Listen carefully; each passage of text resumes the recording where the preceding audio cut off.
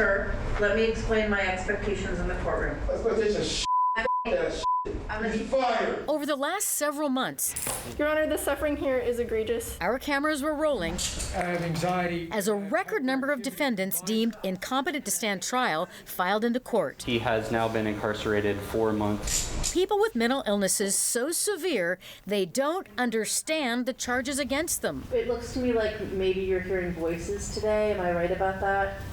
Yeah. We are asking the court to dismiss this case. We saw defense attorneys routinely asking judges to throw out the charges Defense is asking the court respectfully to dismiss the charges. because their clients are sick and languishing in jail without mental health treatment for lengths of time never seen before in the state of Washington. Alexander J. of Seattle is one of those defendants. The amount of time that Mr. J is being required to wait is barbaric. In April, a judge found he was incompetent to stand trial and ordered he be sent to Western State Hospital in Steilacoom to try to get stabilized. The treatment's called competency restoration. The court ruled Jay needed to be out of jail and in the hospital within 7 days. But he's been waiting behind bars for more than 7 months. It's unbelievable. You want it to be done. Kim Hayes is one of Jay's alleged victims. A light rail security camera captured this random attack in March as she was going to work as a trauma nurse at Harborview. Her clavicle and ribs were broken, and she thought she could have been killed. Can you characterize or put into words what this whole experience has done to you? It has changed my life. Kim says the state's delays are unacceptable for everyone. I want to move on with my life, but I would move on quicker if we, for him, that resolution of getting him into an appropriate bed, an appropriate place. You think you could heal faster? Yeah, oh, absolutely. In a 2015 order, federal judge Marsha Peckman ruled the state is violating the constitutional rights of some of its most vulnerable citizens, that jails are not hospitals, and the mentally ill are being warehoused while they wait for services. Peckman ordered DSHS to provide inpatient treatment within 7 days of a judge ruling the help is needed. But that hasn't happened. Despite the judge's order and millions of extra dollars spent on resources, we found the state's wait times have gotten worse, not better. State records show in 2015, the average wait time for a bed at Western was less than a month. In 2022, that wait has shot up to 4 months and longer. Would you ever have imagined that in 2022 we'd be in this place? Absolutely not. ACLU's legal director, LaRon Baker, was one of the attorneys on the case that led to the 7-day timeline. I didn't think there was a universe in which a state agency would just really renege on their obligations. It's a real human tragedy. A year after the federal court ruling, Judge Peckman railed against the state for not doing better, writing DSHS needed to stop the procrastination and false promises. She ruled the state in contempt and leveled fines for not meeting deadlines. From 2016 to 2018, that cost DSHS $88 million. After that, a settlement agreement put the fines on hold, but they're still accumulating. Records we've compiled show if it all has to be paid, the total bill would now be more than $300 million. I put together this database. Doctors Brian Wablinger and Thomas Kinlan are the state's top officials overseeing Western State Hospital. That's the total. What do you think of that? Unbelievable. Would you say that the state is in a crisis? A competency crisis for sure. This has got to be difficult. Oh, it's crushing. It's disheartening. The doctors say this year the state was hit with a perfect storm, including the effects of COVID. After several shutdowns in hospital admissions, a backlog of cases are now coming through. Also, staffing is at historic lows. At Western State, about a quarter of the jobs are sitting unfilled. I'm being subjected to solitary confinement. And more than anything, they say there's a whopping increase in need. In the last year alone, Western saw demand for competency treatment skyrocket by 40%. We knew ahead of time that services would be increasing over time. We knew that. What happened recently, we don't understand that. I don't think anyone expected that to happen. DSHS is working to build new bed space. This project at Western State will add dozens of new spots next year.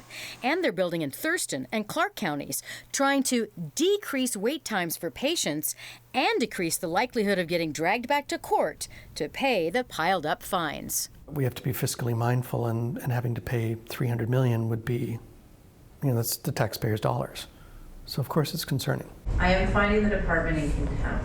Judges are clearly fed up, saying the state's efforts aren't enough for defendants, taxpayers, and victims alike. The delay imposed by the government is unconscionable, and it is inconsistent with the behavior of a civilized society.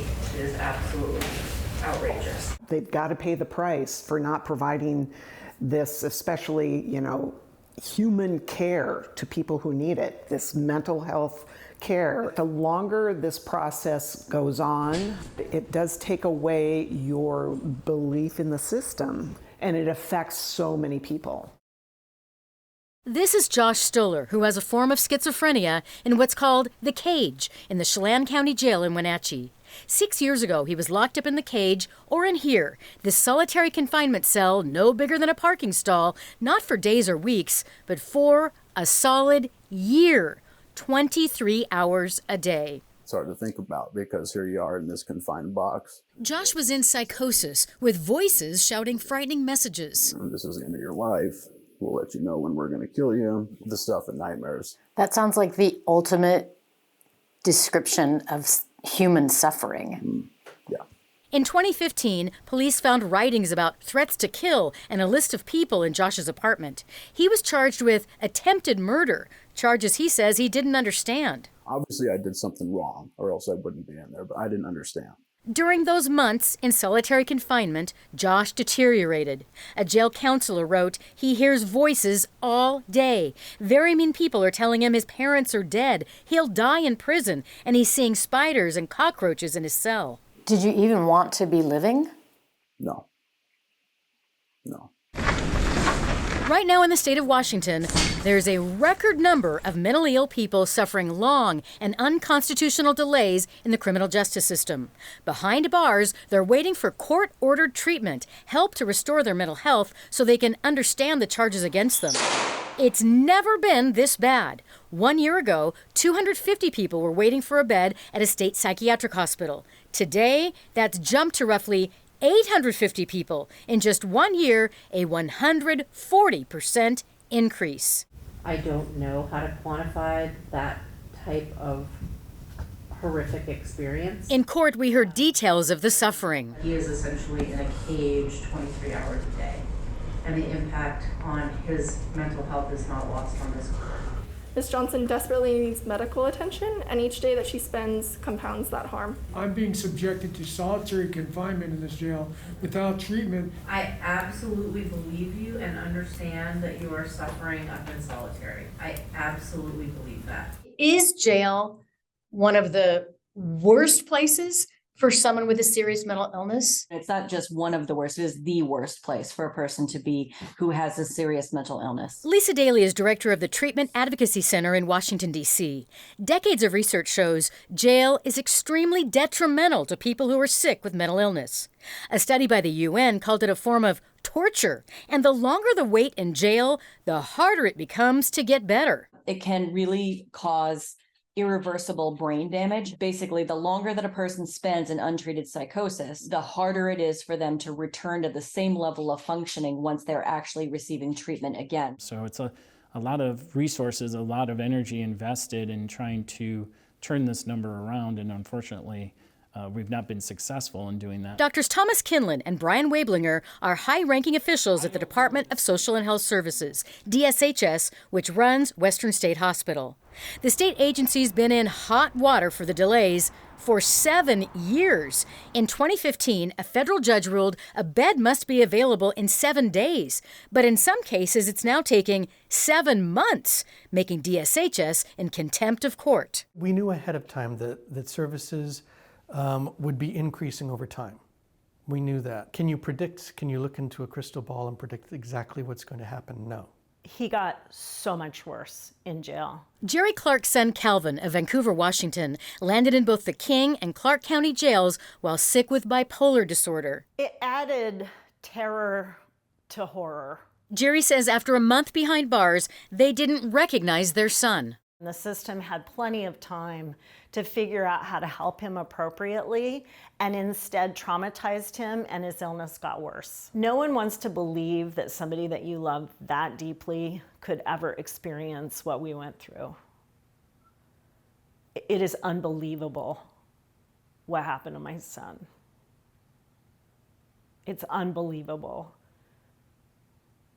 Before the onset of his mental illness, Calvin was a skilled surfer, scholar, and state champion debater. He got a college scholarship for debate. But Calvin never finished college. 9 months after getting out of jail at the age of 23, he died by suicide. Do you think your son could be alive today if he wouldn't have been incarcerated while he was so mentally ill? Yeah. I believe that because of his incarcerations, he felt like he had been pushed to the bottom of society and discarded. Josh Stoller's come a long way since his time in jail. He's a new dad and engaged to be married. He's also advocated for change in Olympia. That's Josh standing right by the governor at a 2019 signing of a bill aimed at decreasing wait times in jail. He'd hoped conditions had changed, and they have. Timelines for getting help have gotten worse, not better. I'm pissed. Very, very angry about that. If you let people languish in the conditions of county jails for that long, I would consider that a crime against humanity. It's a grief like we haven't experienced before. And that's what I felt in the whole community. It was, no, this can't be. In October, the rural mountain town of New Meadows, Idaho, population 517, saw its first act of random violence anyone here can remember. A Vancouver, Washington man, John Cody Hart, allegedly shot and killed Rory and Sarah Meehan. It happened in the lobby of the historic Heartland Inn that they owned and operated. So when I received the call Saturday, I was numb. The town immediately gathered to mourn these pillars of the community, people they'd known for years. They were all about people coming together for a common purpose. Julie Good is the mayor of New Meadows. How is it that he is free to come into our small, quiet, beautiful community and wreak havoc, not just with the family's life, but with our lives? When the murders happened, John Cody Hart wasn't supposed to be here on the streets of rural Idaho. He was supposed to be at Western State Hospital in Pierce County, getting treatment ordered by a Washington state judge. Before Hart made it to Idaho, he was behind bars in Washington, one of about 850 defendants in the state waiting for court-ordered mental health treatment. The legal wait time to go from jail to Western State Hospital is 7 days. But right now, people are waiting longer than ever before, up to 9 months. John Cody Hart present. If you are, state your date of birth. September 2nd, 1994, Your Honor. In Hart's case, he was in the Clark County Jail in Vancouver, charged with assault. Last year, unprovoked, he allegedly attacked an acquaintance. Court records show he strangled the man and tried to rip his eyes out. Deemed incompetent to stand trial, Hart waited 4 months behind bars for a bed at Western State until a judge got fed up. I simply can't continue to hold him on the expectation that maybe someday they'll come pick him up. Judge Robert Lewis ruled his constitutional rights were being violated and released him in July to wait for a bed at Western State in the community. I do this with some reluctance as the charges against Mr. Hart are very serious and his motion to release is granted. Thank you very much, Your Honor. Good day. 3 months later, Rory and Sarah Meehan were dead. It's insulting a little, the reality that this didn't have to happen. It's going to be difficult no matter what. But the way that it happened and the reason that it happened, it just adds a little bit more of a punch to the pain that we're already feeling. I mean, that's horrible to hear. That's the first I'm hearing about that. Is that something that weighs heavily on you? Basically, I'm talking about public safety. Of course. I mean, myself, the entire department, that is a huge concern as well. Again, want to try to get to these orders as quickly as possible. DSHS says they can't keep up with current demands. Judges are ordering a record number of defendants get help at Western State Hospital. So we're working as hard as we can. If we can't create extra beds or we can't create staff out of thin air, what can we do to make things work better? This is a public safety crisis. Rebecca Vasquez focuses on these cases for the King County Prosecutor's Office. She says the state's problem is this: poor planning and chronic underfunding, creating the worst chaos she's seen. Our whole community is impacted by not taking care of people with serious behavioral health needs. Records obtained by King 5 show that in King County, because of the long wait times, judges have dismissed charges including burglary, felony harassment, indecent exposure, hate crimes, and assault with a deadly weapon. How would you characterize what you're seeing now? Immense crisis. And the system is years past its breaking point. DSHS officials say the ultimate goal is to prevent people with mental illness from ever entering the criminal justice system in the first place, and they're working hard to figure that out. Do you feel like there's hope to turn this around? I would not be doing this job if I didn't think there was hope. We are thinking innovatively. What can we do differently? Rory and Sarah were my friends. Back in rural Idaho, a grief-stricken community has a message for leadership in the state of Washington. Whatever they can do to make it so this doesn't happen again to another small community, whatever needs to happen, they need to find a way.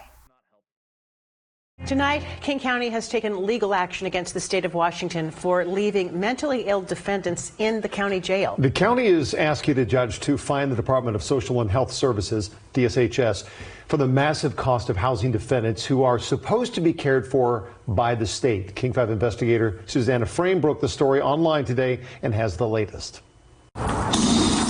A bystander caught this video of 54-year-old Beatrice Shariga bashing out restaurant windows in the U District in September. One of dozens of alleged crimes in the area that have landed him in the King County Jail over the years. On several occasions, judges have found Shariga seriously mentally ill, incompetent to stand trial, and ordered he get treatment at Western State Hospital. But in 3 cases in the last 2 years, Shariga didn't get a bed at Western State. Instead, he waited behind bars for help that never came, and then was let back out on the street. It's extremely disturbing. I think it just creates so much fear. Maureen Ewing is executive director of the University Heights Center, a nonprofit dedicated to enriching the neighborhood. But crime sprees by Shariga have terrorized their staff and patrons. I think it makes us feel helpless and like we're on our own, and that we're not getting the support that we need. And clearly this person is not getting the support that they've needed for a decade. This case is one of the reasons why King County filed a motion today saying at the King County Jail they're overloaded with mentally ill inmates. Tonight, the King 5 investigators exposed. The legal move comes on the heels of the King 5 investigation, Mentally Ill Waiting in Jail, where we've shown a record number of people across the state are stuck in local jails waiting for treatment in the hospital. And that's costing counties hundreds of thousands of dollars. In today's legal document, King County said it should be compensated for its losses, and that the entire point of the county's motion is to get defendants out of the jail and into a hospital for the services that are needed. King County pointed to the case of Alexander J., a mentally ill defendant charged with 3 violent crimes, including this one, throwing a Harborview nurse down staircases at a light rail station in March. In April, a judge ordered Jay to go to Western State for treatment within 7 days. It's been over 7 months. Alexander J. is still waiting in jail. And we certainly are not just standing idly by. We're working as hard as we can to get people in and fill beds. DSHS officials say they will oppose the county's motion, that their hands are tied. The need at Western State Hospital has increased dramatically, and like the rest of the country, they're facing a staffing crisis. We're adding capacity as fast as we can, but adding beds, building beds, unfortunately, takes time to do. Betru Shariga was set to be released back to the streets this week, most likely headed back to the U District. Instead, the King County Prosecutor's Office refiled the most recent charges against him. He's back in jail, waiting again for help from the state of Washington. We failed him. This isn't the first time that he's been in this situation, and he is unwell and he needs medical attention, and that is the crux of the problem.